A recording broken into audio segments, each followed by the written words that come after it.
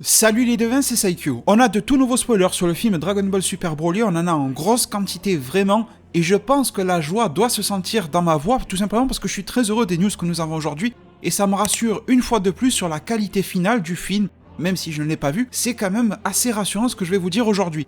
J'ai deux nouvelles images à vous proposer, qui sont tout à fait officielles, tout provient du site officiel, et l'information nous a été relayée par les sites Dragon Ball Super-France.fr et db-z.com, je vous mets toutes les sources, le site officiel, les sites relais, etc. en description. Donc, deux nouvelles images du film, la planète Vegeta qui est révélée, on avait déjà vu un visuel, je vous avais présenté sur un flyer, mais là c'est confirmé, et nous avons un nouveau synopsis, plus nous avons des fiches, des espèces de biographies pour la plupart des personnages principaux du film, Broly y compris. Donc les devins, on va commencer par la traduction du site db-z.com. Donc ce visuel-là, les devins, c'est confirmé maintenant que c'est bel et bien la planète Vegeta. Vous vous souvenez que j'avais un petit peu plus de doutes sur la planète Sadara, mais c'est vrai qu'en zone commentaire, vous étiez vachement mitigés. Beaucoup d'entre vous penchaient aussi pour la planète Vegeta, et bien vu à vous tous, c'était bel et bien la planète Vegeta. Avec cette falaise qui est une redite et une reprise totale du palais de Paragus dans le premier film de Broly en termes de design, bien sûr. En bas, on voit qu'il y a des habitations beaucoup plus pauvres, façon... et bien tout simplement Bardock et tout ça, la même chose que sur la planète Sadara maintenant dans l'univers 6, des habitations de Saiyan de basse classe, et quand je dis de basse classe, je pense à la classe sociale, on se rend compte que ce qui était plus élevé, c'est quand même beaucoup plus riche, ça brille et tout ça, alors qu'en bas on a des espèces de maisons en terre qui sont vraiment typiques de celles des Saiyan, avec cette architecture qui est vachement faite à la Freezer et tout, enfin bref, vous avez compris, le visuel est vraiment classe les devins. Et donc nous avons un nouveau synopsis qui est très proche de l'ancien synopsis que nous avions eu, mais quand même il y a des choses intéressantes. Déjà la première chose, voici la nouvelle légende des Saiyans. Ça c'est une redite de ce qui a été dit dans un précédent V-Jump, le mois de mai je crois, ou avril ou mai, un truc comme ça. Il y avait écrit une nouvelle légende Saiyan arrive.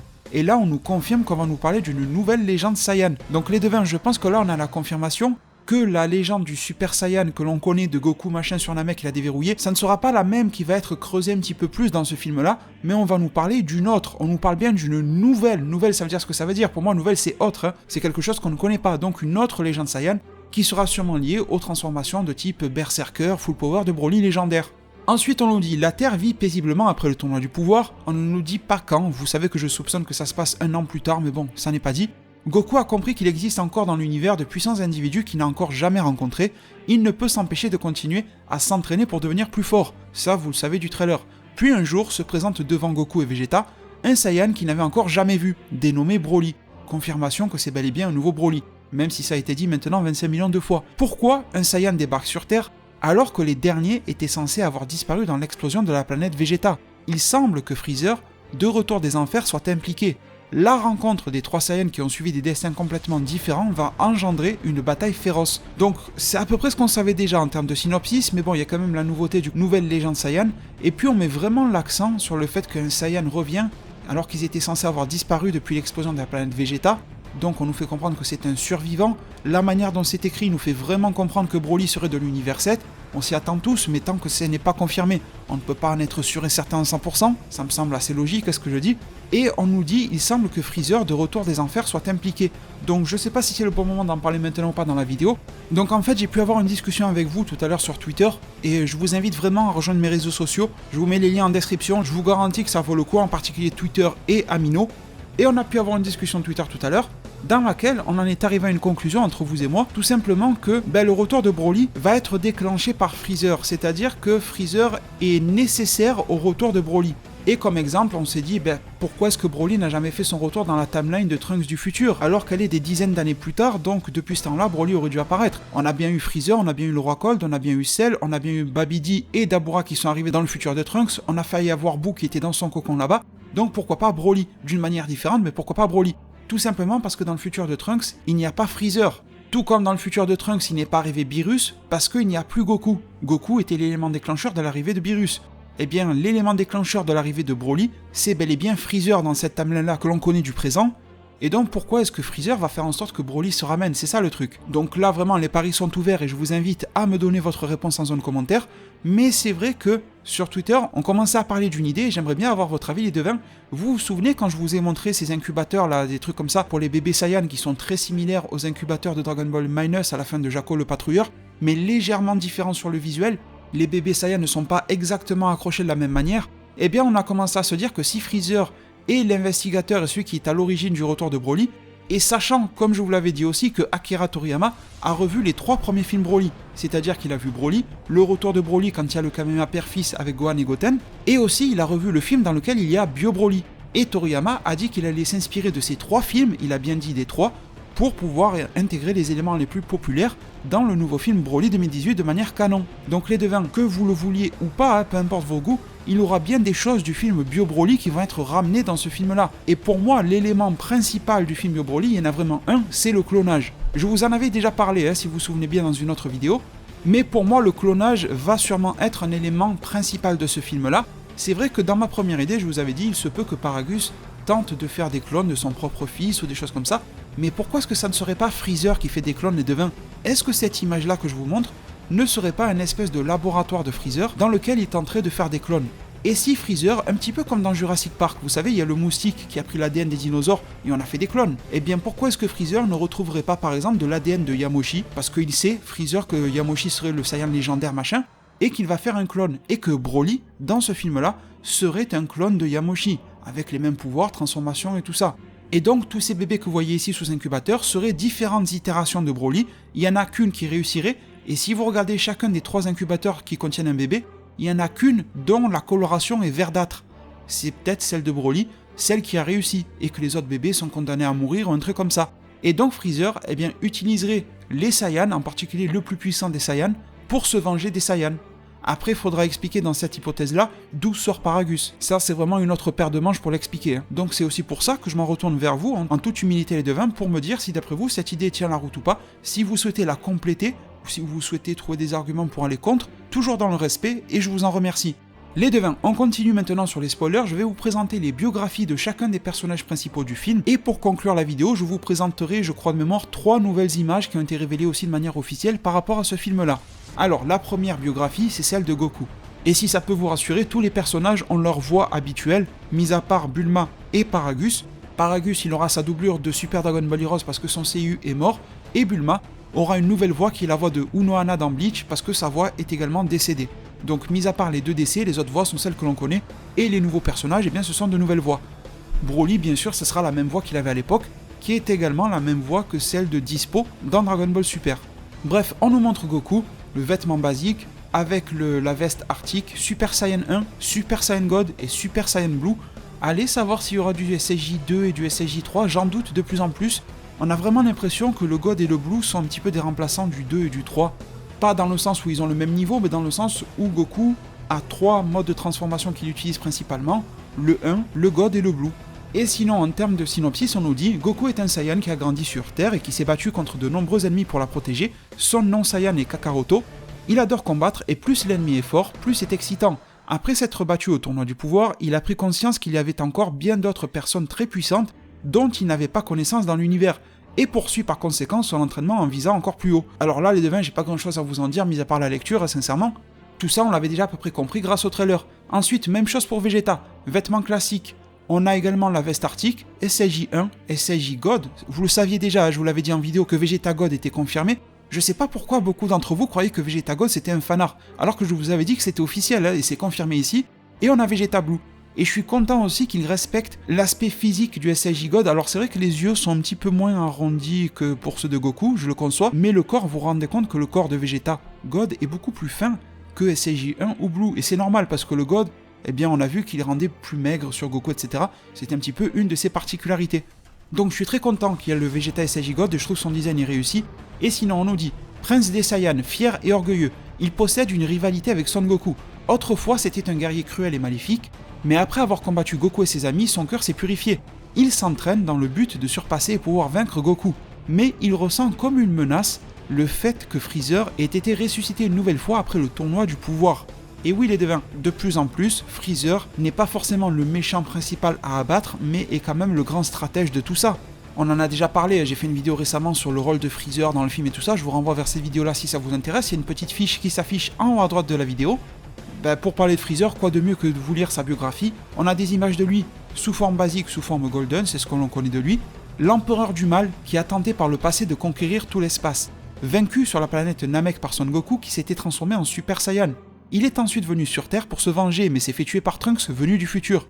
Ressuscité par ce qui restait de son armée, et malgré une nouvelle transformation, il a été vaincu à nouveau par Goku. Mais en échange de se battre aux côtés de Goku pour le tournoi du pouvoir, il se vit offert une promesse, et là c'est intéressant, et fut ressuscité des enfers. Il cherche toujours l'opportunité de se venger de Goku. Donc là les devins, on a en une seule phrase, la phrase de fin, il cherche toujours l'opportunité de se venger de Goku, quelque chose de clair, net, efficace et propre sur les objectifs de Freezer.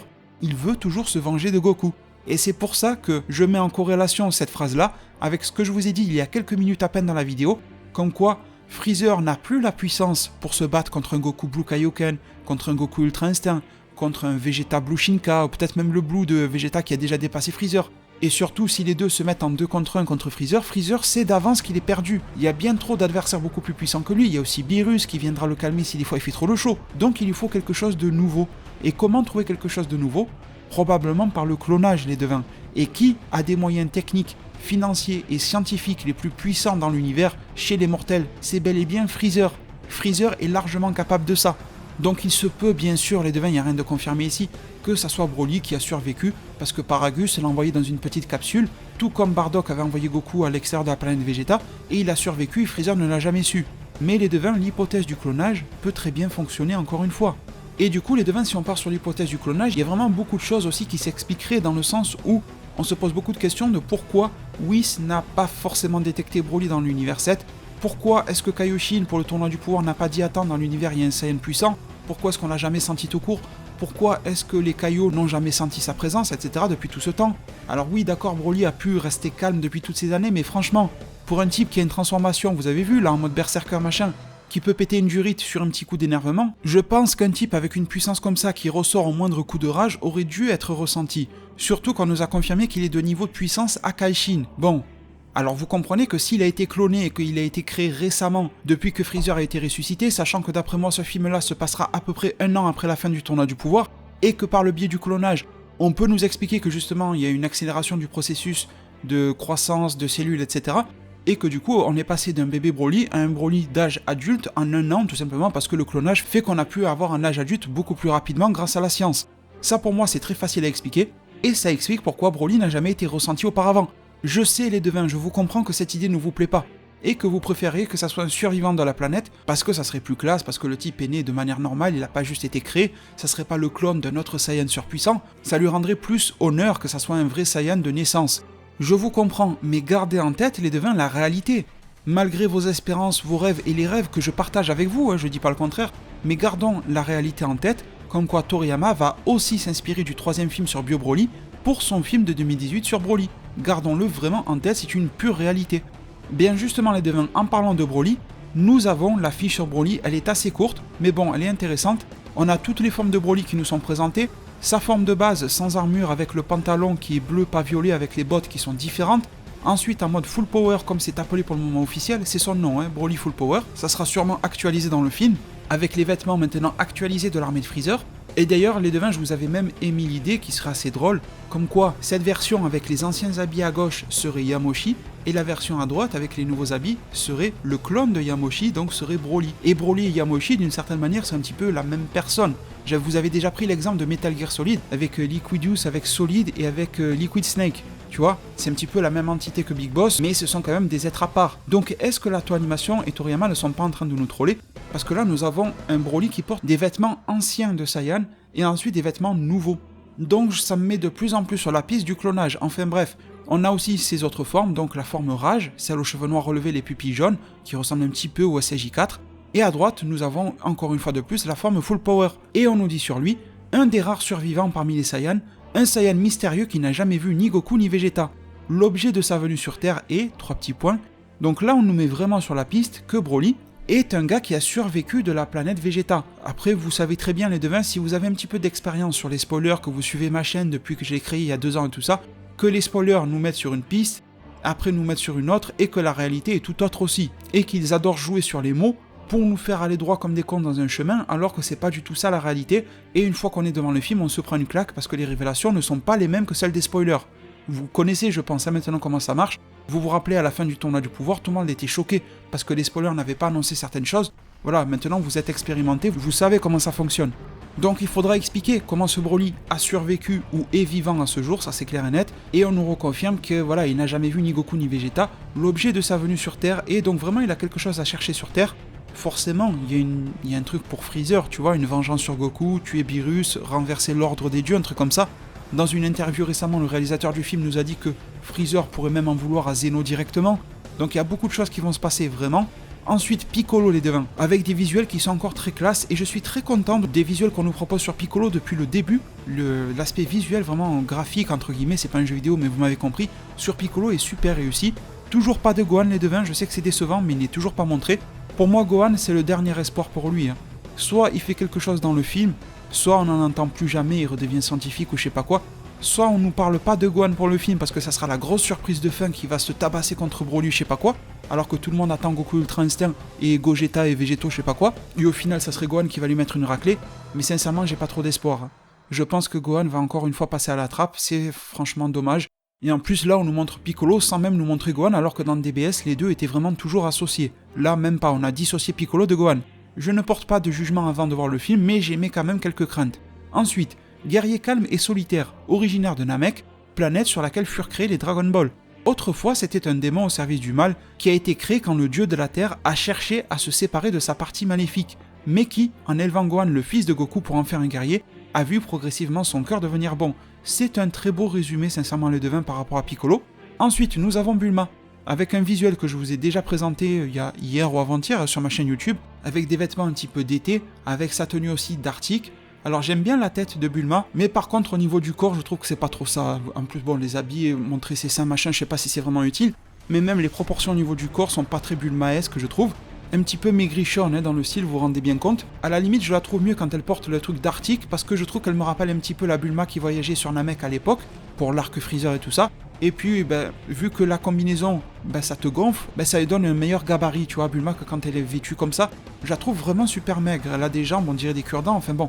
Sinon, on nous annonce qu'il y a la nouvelle comédienne, Aya Isakawa, et on nous dit la première amie que Goku a rencontrée, en effet, c'est bien elle. Ensemble, ils ont voyagé pour retrouver les Dragon Ball et elle a toujours veillé sur Goku.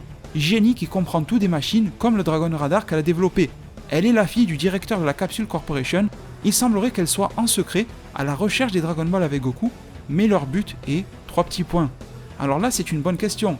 Et ça nous explique pourquoi les Dragon Ball nous sont montrés dans le trailer et que l'on est bien sur Terre dans la zone glacée, maintenant c'est quasi confirmé. On voit même une Dragon Ball tomber dans une falaise et tout ça. D'ailleurs, si Broly atterrit dans la zone glacée et que Bulma, dans sa quête au Dragon Ball, avec Goku, se retrouve dans le lieu glacé, il se peut bien justement que Broly soit venu sur Terre pour récupérer les Dragon Ball de la Terre. Moi, ce qui me fait bizarre, les devins, c'est que Freezer connaît l'existence des Super Dragon Ball. Alors pourquoi Freezer viendrait d'abord chercher les Dragon Ball classiques pour ensuite chercher des Super Dragon Ball? Pourquoi ne pas chercher les Super DB d'un coup? Moi je vois pas beaucoup d'explications, mais est-ce que Freezer veut rassembler les Dragon Ball de la Terre pour devenir immortel? Est-ce qu'il va appeler Shenron, le normal, pour lui demander de lui rassembler les Super Dragon Ball? Je pense que c'est peut-être faisable. Est-ce qu'il veut lui demander un Super Dragon Radar, vu que Freezer ne peut pas les détecter par lui-même? Enfin bon, je ne sais pas exactement pourquoi Freezer veut passer par les Dragon Ball de la Terre alors qu'il y a des Dragon Ball qui exaucent beaucoup plus de choses. Après, je me rappelle aussi de l'épisode, c'était le combien, 94 ou 95, quand Goku va rendre visite à Freezer en enfer, et que Freezer dit à Goku, t'inquiète pas, les Dragon Ball de la Terre pour mon vœu, ça me suffit. Donc il se peut tout simplement que Shenron a les capacités d'exaucer ce que Freezer veut, c'est aussi une possibilité les devins. Mais de leur côté, Bulma et Goku ont aussi un vœu à exaucer, ça c'est drôle quand même, qu'est-ce qu'ils vont faire? Est-ce que ça sera un vœu un petit peu comique, du genre ressusciter Kaio du Nord, comme il lui avait promis dans un épisode filler de DBS? Est-ce que ça sera souhaiter qu'un adversaire plus puissant arrive face à Goku? Enfin, je ne sais pas exactement, mais je pense que cette première quête au Dragon Ball de Goku et Bulma sera relativement insignifiante et que c'est surtout le vœu que Freezer veut exaucer et la rencontre avec Broly qui sera déterminante. Ensuite, on a Beerus, les devins, Dieu qui contrôle la destruction pour garder un certain équilibre dans l'univers. Si, et je suis content de cette phrase, les devins, parce que ça prouve vraiment que Beerus n'est pas là pour être gentil ou pour être méchant, il est là pour l'équilibre. Donc s'il perd sa bonne humeur, il peut détruire des étoiles et la vie environnante. Mais on sent aussi que même si son rôle est de maintenir l'équilibre, c'est pas un dieu parfait, et c'était bien le but du tournoi du pouvoir de rappeler les dieux à l'ordre, et que s'il devient cinglé, il perd un petit peu la raison, il peut péter des planètes, chose qu'il ne devrait pas faire d'après Zeno. Il a visité la Terre dans le but de combattre le Super Saiyan divin, et c'est là qu'il a rencontré Goku. À partir de cet instant, les devins, il a été influencé par les actions de Goku, il aime manger de la nourriture délicieuse et dormir. Bon voilà, ça se passe de commentaires les devins. Ensuite, Whis, avec des visuels que vous connaissez, un ange qui vit aux côtés du dieu de la destruction, Beerus. Ses capacités sont inconnues, mais il suit le principe d'un ange doit rester neutre, et ça c'est important les devins, et n'aide personne pendant les combats. C'est intéressant parce que si Beerus se fait déboîter par Freezer, enfin pas par Freezer mais par Broly, ben Whis ne devrait pas forcément agir, il doit rester neutre. Et ensuite on nous dit, alors que Goku et Vegeta cherchaient à obtenir plus de puissance après le combat entre Goku et Beerus, ils ont suivi un entraînement auprès de Whis en échange des plats délicieux de la Terre. Bon. Ensuite, on a cette fille là de l'armée de Freezer, elle s'appelle Berry Blue, qui serait un jeu de mots avec Blueberry, une vieille femme au service de Freezer, elle parle de tout sans aucune peur du tyran Freezer. Alors c'est intéressant parce qu'elle est au service de Freezer, donc clairement pour son armée, etc. Mais on nous dit elle parle de tout sans aucune peur du tyran Freezer. Est-ce qu'elle travaillerait pour Freezer, mais en même temps elle n'aurait pas peur de lui tenir tête, de lui dire non on va faire les choses comme ça parce que je pense que c'est mieux, peu importe que tu sois Freezer ou pas, et que Freezer d'une certaine manière ne la craindrait pas, mais qu'il y aurait une espèce de jeu psychologique entre les deux, comme quoi psychologiquement elle serait peut-être plus forte que Freezer. Ça serait intéressant à voir un personnage comme ça, un petit peu chétif, insignifiant, prendre le dessus psychologiquement sur Freezer, ça serait assez drôle. Ensuite on a Kikono, et là c'est très intéressant, vraiment très intéressant, un scientifique de génie qui sert depuis l'époque du roi Cold. Les scooters, les armures, les vaisseaux spatiaux sont aussi ses inventions. Et là les devins, on a la confirmation que Kikono est bel et bien celui qui servait Freezer dans Dragon Ball Minus à la fin de Jaco le Patrouilleur, et donc que c'était bien ce gars-là qui servait du temps de l'époque où Bardock était encore en vie. Et on se rapproche de plus en plus les devins vers une canonisation de la version de Bardock façon Dragon Ball Minus, et donc on se rapproche, comme je vous l'avais dit en vidéo, de plus en plus du fait que cette image-là soit bel et bien celle de Goku petit dans sa capsule, et que la main qui lui soit tendue soit celle de Bardock. C'est vraiment énorme les devins, ça me ferait tellement plaisir d'avoir un flashback sur ça. Pas Bardock qui revient à la vie, mais un flashback serait parfait.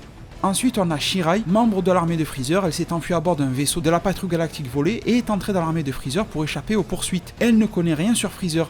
Alors là, eh bien vos théories les devins et la mienne ont fait une fusion en fait, pour n'en faire qu'une, parce que vous étiez nombreux à me dire qu'elle pourrait faire partie de la patrouille galactique, et moi je vous avais dit qu'elle pourrait très bien être une espèce de rebelle ou un truc comme ça. Elle a volé un vaisseau à la patrouille galactique, donc elle s'est rebellée contre la patrouille galactique pour entrer dans l'armée de Freezer, et au final elle ne connaît rien des plans de Freezer, donc c'est assez intéressant. Et l'aspect space opéra se dessine vraiment, je suis très heureux les devins de ce qu'on nous propose ici. On a ensuite Remo, un membre de l'armée de Freezer, c'est un ancien soldat d'une unité à l'époque où le père de Freezer, le roi Cold, dirigeait. Ce n'est pas un combattant, il n'en sait pas plus sur Freezer car il est resté sur le vaisseau spatial. Alors ce gars-là n'en sait pas sur Freezer, mais il doit savoir des tas de choses, lui et Kikono, sur le roi Cold. Vous avez vu, ça fait 2 fois qu'on nous mentionne le roi Cold. J'espère vraiment de tout cœur pour une petite apparition en flashback aussi du roi Cold dans ce film-là. C'est quelque chose qui me ferait extrêmement plaisir. Ça, un petit roi Cold, un petit Bardock en flashback, franchement c'est le bonheur. Donc je pense qu'on va en découvrir un petit peu plus aussi sur les origines de la race de Freezer. Ensuite, et pour finir, Paragus, un des survivants des Saiyans, père de Broly, il est parti avec Broly et son but est, 3 petits points, quelque chose est caché dans la ceinture de son équipement. Donc là on s'écarte de la piste du clonage, etc. quand on voit ce truc sur Paragus. Et on nous dit un des survivants des Saiyans, donc nous prétendant qu'il y aurait peut-être plus de survivants que l'on croit. Au-delà de Paragus et de Broly, il y aurait peut-être même encore plus de monde comme survivants, mais peut-être que dans le sens un des survivants, on peut englober Goku Vegeta. Raditz à l'époque, Nappa machin qui étaient des survivants. Donc ça, à ce niveau-là, c'est pas vraiment un souci. Ça veut pas forcément dire qu'il y a une armée Saiyan quelque part qui attend. Mais on nous dit quand même qu'il est parti avec Broly. Donc là, de cette phrase, ce que je comprends, c'est qu'il y a une explosion de la planète Vegeta, que Broly et Paragus sont partis quelque part ensemble. Là, ça m'a l'air assez clair. Et n'oublions pas les devins, avant de clôturer cette vidéo-là, eh bien tout simplement de vous présenter les 3 nouvelles images qui ont été révélées par rapport au film Dragon Ball Super 2018, le film Broly bien sûr. Nous avons une image de Son Goku qui est probablement lors de sa transformation en Super Saiyan. Alors ils disent qu'elle est nouvelle celle-ci, je suppose que c'est une capture d'écran au moment où il passe en Super Saiyan de niveau 1. Vous me direz en zone commentaire ce que vous en pensez. Nous avons une nouvelle image sur Piccolo, nous avions déjà vu Piccolo un petit peu transpirant etc. comme ça, et là on le revoit encore une fois. Et vous savez que quand Piccolo est dans cet état-là, c'est qu'il constate qu'une menace arrive, donc clairement je pense que là, c'est pour nous faire comprendre de l'ampleur de la menace. Piccolo c'est un petit peu devenu notre thermomètre à menace, plus tu le vois transpirer, plus la menace est élevée, je dis ça en rigolant mais c'est vrai. Et enfin les devins, un dernier screenshot sur Beerus, issu du film Dragon Ball Super 2018, qui est en train de se tenir les oreilles, qui est en train de crier, pas forcément de bâiller, plus de crier ou quelque chose comme ça, je pense que c'est plus un truc humoristique. Peut-être qu'à ce moment-là, il apprend que Freezer est en train de refaire des siennes, ou peut-être que c'est juste une connerie autour de la bouffe, mais je pense pas que ça ira trop loin par rapport à ce plan-là sur Freezer. On est encore à la capsule Corp et tout ça, donc je pense pas qu'il y a grand-chose, peut-être que son plat a été mal cuit, tu vois, il y aura un délire comme ça. Du coup les devins, bien je vous ai tout présenté maintenant dans cette vidéo-là, concernant les spoilers, images et synopsis et biographies concernant le film Dragon Ball Super Broly. Du coup les devins, dites-moi quelles sont vos révélations scénaristiques par rapport à ces spoilers, quelles idées vous sont venues en fulgurance en tête, c'est quelque chose qui m'intéresse énormément. Partagez-moi tout ça en zone commentaire, vous savez que je fais de mon mieux pour répondre à un maximum de commentaires, vous savez que quand je ne peux pas répondre, je n'ai pas le temps, des fois je suis dans mon lit le soir, je suis en train de vous lire et tout ça, je suis un petit peu à moitié endormi mais je vous lis, tu vois, même si je réponds pas, je vous lis à 100%, je peux vous garantir que je vous lis vraiment tout le temps. Donc écoutez les devins, je vous en remercie du fond du cœur pour tout, prenez tous super bien soin de votre futur, j'espère que ces spoilers vous ont plu, et à plus pour de prochains arts divinatoires.